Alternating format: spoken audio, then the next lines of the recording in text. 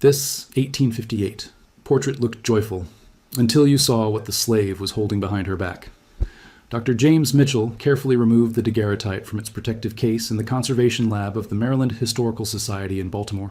At 61, with 4 decades of experience handling historical photographs, he still felt a thrill each time he examined a piece from before the Civil War.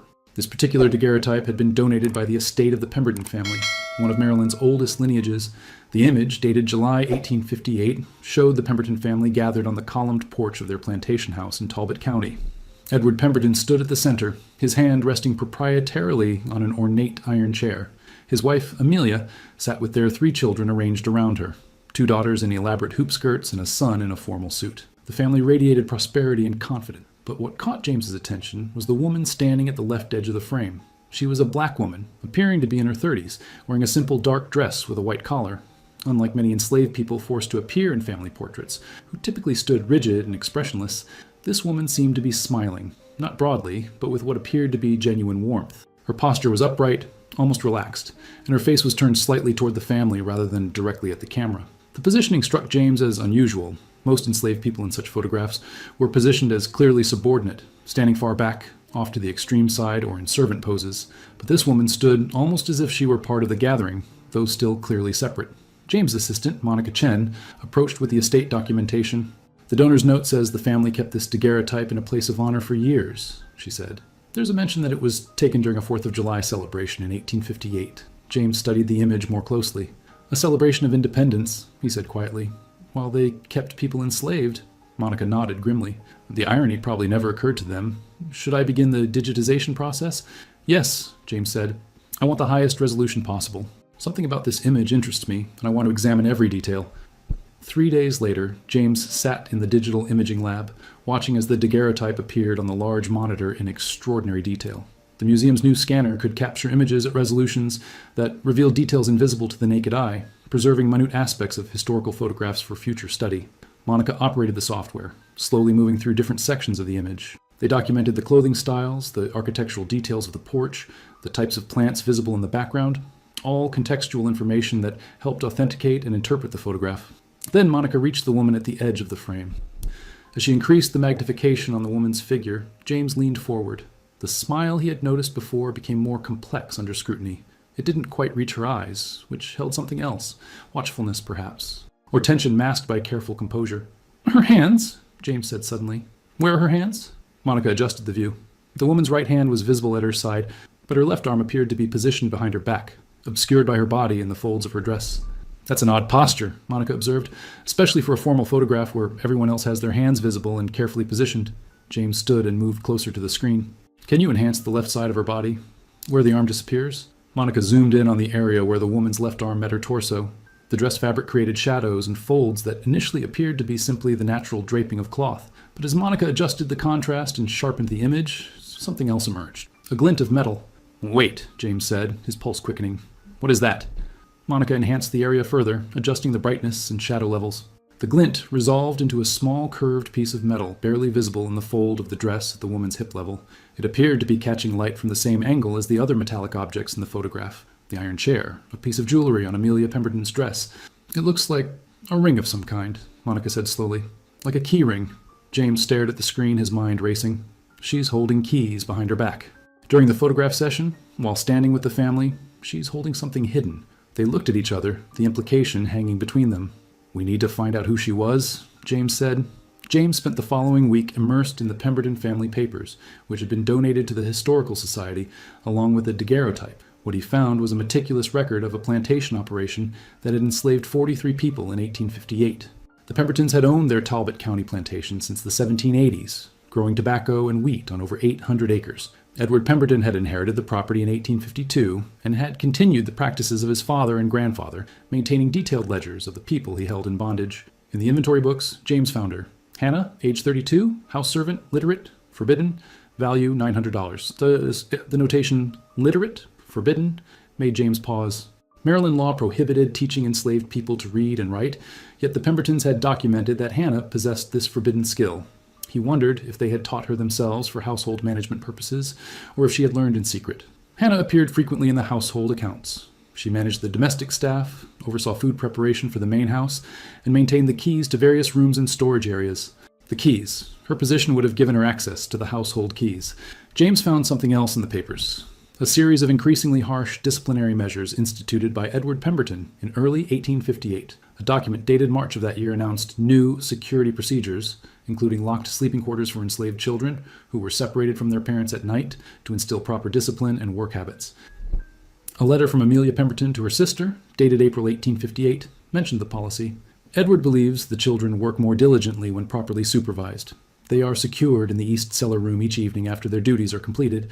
Some of the mothers have been quite distressed, but Edward insists it is necessary for maintaining order.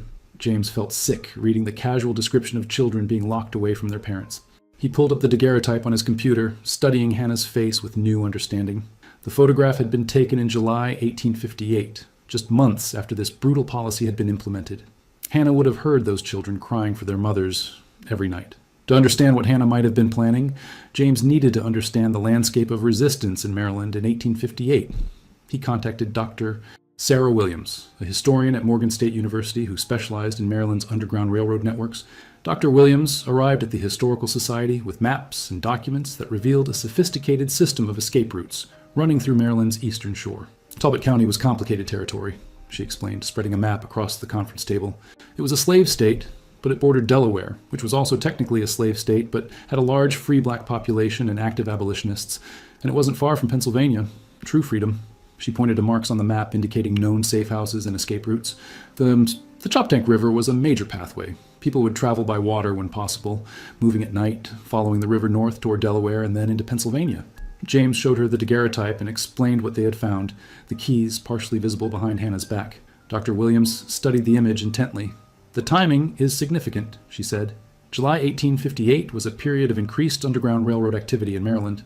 The Dred Scott decision had come down the year before, ruling that black people had no rights, which had actually energized the abolitionist movement and prompted more escape attempts. There were several documented mass escapes from the eastern shore during this period. She pulled out a document, a letter from a Quaker abolitionist in Delaware dated August 1858. This mentions a group of children who arrived at a safe house near the Delaware-Pennsylvania border in late July. 5 children, all under age 12, traveling with an adult woman. The letter doesn't give names. It was too dangerous to document specifics. But it mentions the children had been kept in cruel confinement, and the woman who brought them had risked everything to save them. James felt his heart race. Late July 1858. That matches our time frame exactly. Dr. Williams nodded slowly. If Hannah was planning an escape with children from the Pemberton plantation, she would have needed keys. Keys to wherever they were locked at night, keys to storage rooms where she could gather supplies, possibly keys to the stable if she was planning to take horses initially. And she would have needed to choose her moment carefully, James added. A time when the family was distracted, when their guard was down. They both looked at the daguerreotype. The Pemberton family, celebrating Independence Day, posing for an expensive photograph, completely unaware that the woman standing with them was holding the keys that would unlock their captive's freedom. James needed to identify the children who had been locked in the Pemberton cellar. He returned to the plantation records, this time focusing on the inventory of enslaved children in 1858. He found 5 children under age 12 who were listed as house and field apprentices. Moses, age 11, Sarah, age 9, Eliza, age 8, Samuel, age 7, and Grace, age 5. The records indicated they were the children of 4 different women enslaved on the plantation. Moses and Sarah were siblings. The others had different mothers. In the account books, James found the entries related to the cellar room where they were locked. Purchase of additional locks and chains for East Cellar, $8. 50, dated March 1858. The image of children being chained in a cellar made James physically ill. He found scattered references to the children's mothers in the records. In April 1858, a woman named Ruth, Moses, and Sarah's mother, had been whipped for insubordination and attempting to access secured areas. In May, another woman named Dinah, Samuel's mother, had been sold to a plantation in Virginia, separated from her son, possibly as punishment for protesting his confinement. A letter from the plantation overseer to Edward Pemberton, dated June 1858, mentioned continued difficulties with the negresses regarding the children's sleeping arrangements. Hannah has been delegated to manage their evening meals and preparation for confinement, as the mothers proved too emotional for the task. James sat back, the full picture becoming clear. Hannah had been forced to participate in the children's imprisonment, to feed them their final meal each evening and then lock them away from their mothers. She would have heard their cries, seen their fear, witnessed the anguish of mothers like Ruth who fought to reach their babies, and she had decided to do something about it. James found one more critical document, A schedule of the Pemberton family's social calendar for July 1858. The 4th of July celebration was noted, with details about invited guests, planned activities, and the photography session. The celebration was expected to last late into the evening, with dinner and fireworks planned. The perfect distraction. The house would be full of visitors, the family occupied with guests, the overseers likely participating in the celebration. Hannah would have had hours when the plantation's normal surveillance was relaxed. She had chosen her moment carefully. James found an unexpected resource: the business papers of Thomas Crawford, the photographer who had created the Pemberton daguerreotype. Crawford had been one of Maryland's premier photographers in the 1850s, and his records had been preserved by the Maryland Institute College of Art. Crawford's appointment book showed the Pemberton Commission scheduled for July 4th, 1858 at 2 p.m. His notes indicated it was an expensive commission, $25 for a full family portrait, nearly a month's wages for a skilled craftsman. But what caught James's attention was a notation in the margin, written in different ink, apparently added later. Pemberton sitting, unusual incident. The house servant positioned in frame appeared nervous throughout. Mrs. P insisted she smile more naturally. Multiple exposures required, due to servant's inability to maintain composure. Final plate, achieved with difficulty. James pulled up the daguerreotype again, studying Hannah's expression with this new context. What he had initially read as a genuine smile now appeared as something else, a mask, carefully maintained but imperfect.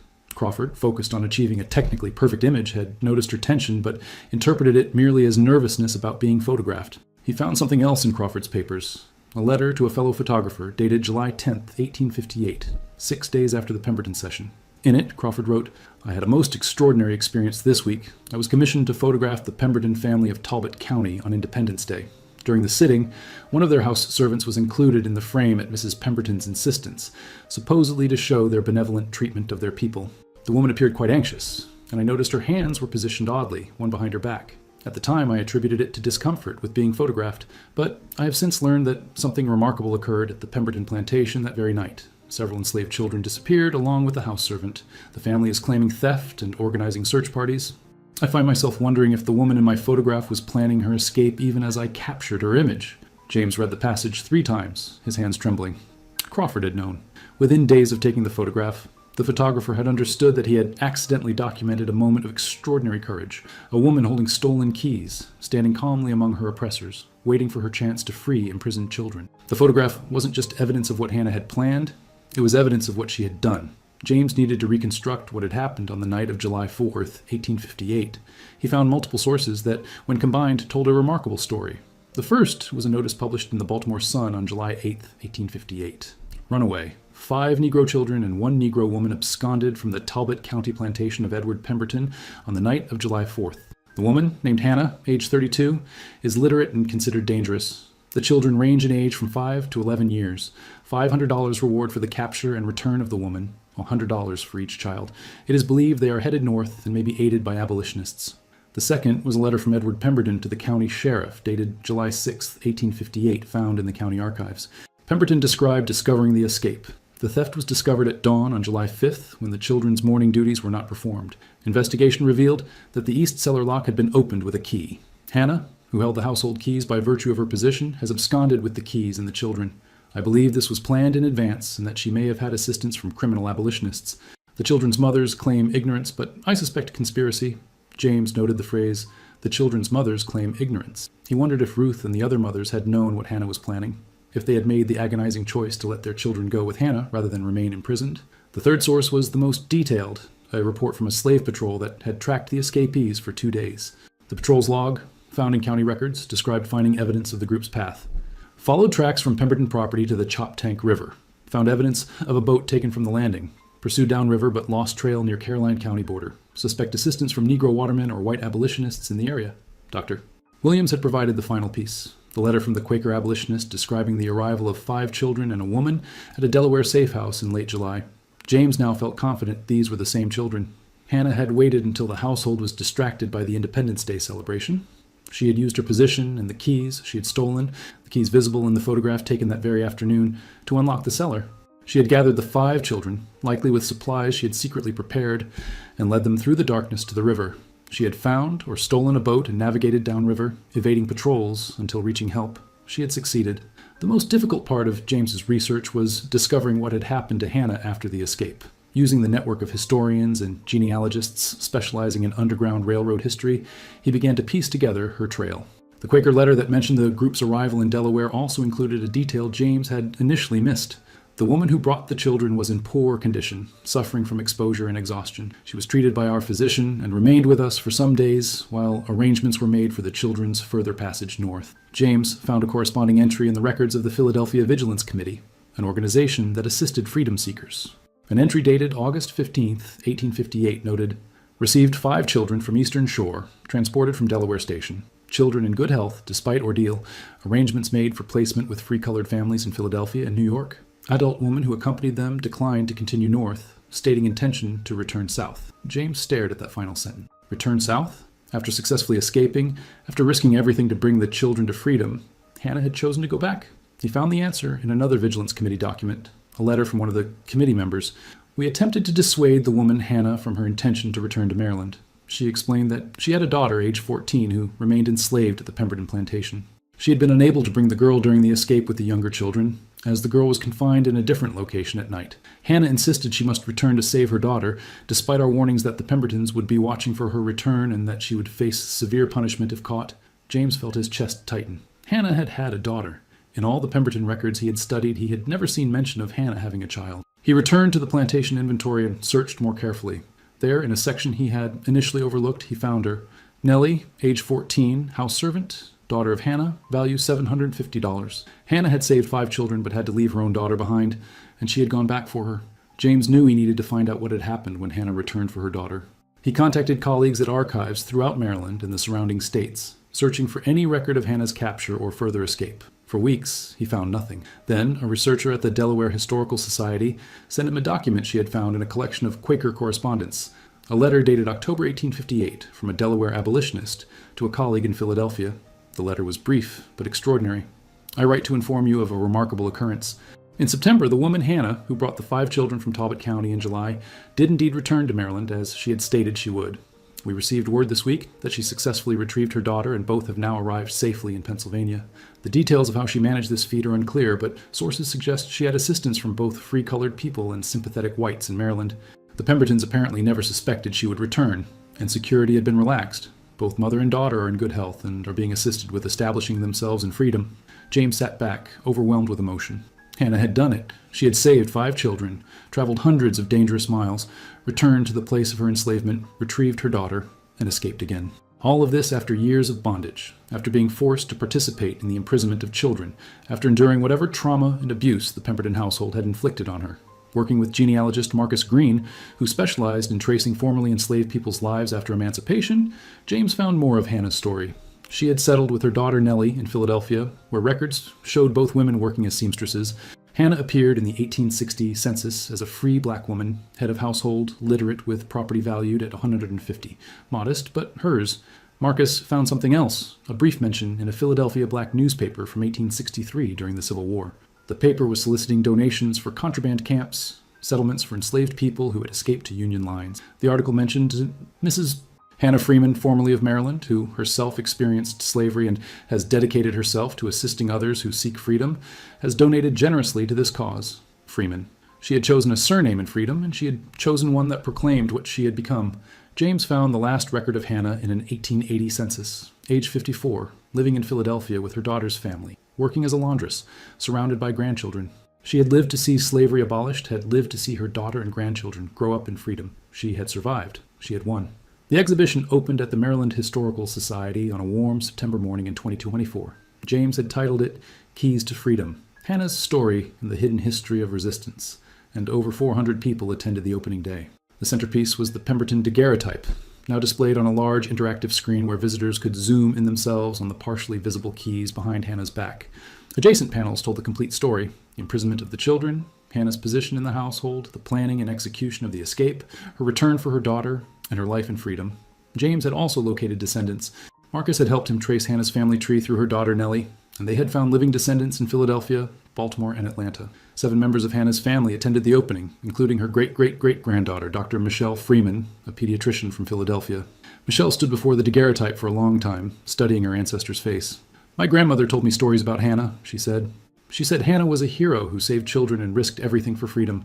But I never knew there was a photograph. I never knew we could actually see her face." James showed Michelle the forensic analysis of the keys. explaining how modern technology had revealed what Hannah had hidden from the Pembertons. She was standing right there with them, holding the evidence of what she was planning, and they never knew. She had that kind of courage, to stand calmly among people who claimed to own her, knowing she was about to take their power away. A reporter asked James what he hoped people would learn from the exhibition. He thought about Hannah's carefully controlled expression in the photograph, about the keys she had stolen and held behind her back, about the 5 children she had freed and the daughter she had gone back for. "I hope people understand that enslaved people were never passive victims," he said. "They were constantly resisting, planning, fighting for freedom in ways big and small. Hannah's story shows the extraordinary courage of people who risked everything, not just once, but twice, to save themselves and their children. And I hope people recognize that historical photographs can contain hidden stories. We have to look closely, question what we're seeing, and search for the truths that people tried to conceal." Michelle Freeman spoke to the crowd, her voice strong with emotion. "Hannah wanted those children to be free more than she wanted her own safety. She went back for my great-great-great-grandmother Nellie when she could have stayed safe in the North. That's the legacy she left us, a legacy of courage, sacrifice, and absolute determination." This photograph accidentally captured the moment she held the keys to freedom, literally and metaphorically. And now, 166 years later, her story is finally being told the way it should be. The exhibition would tour museums across the country, and Hannah's story would reach millions. The photograph that was meant to showcase the Pembertons' benevolent treatment of their people had instead preserved evidence of a woman's extraordinary resistance. The keys she held behind her back, barely visible, easily missed, but undeniably there, now testified to her courage across the centuries. Hannah's act of defiance could never be hidden again. The keys to freedom, stolen and concealed in 1858, were now visible for the world to see, and her truth would never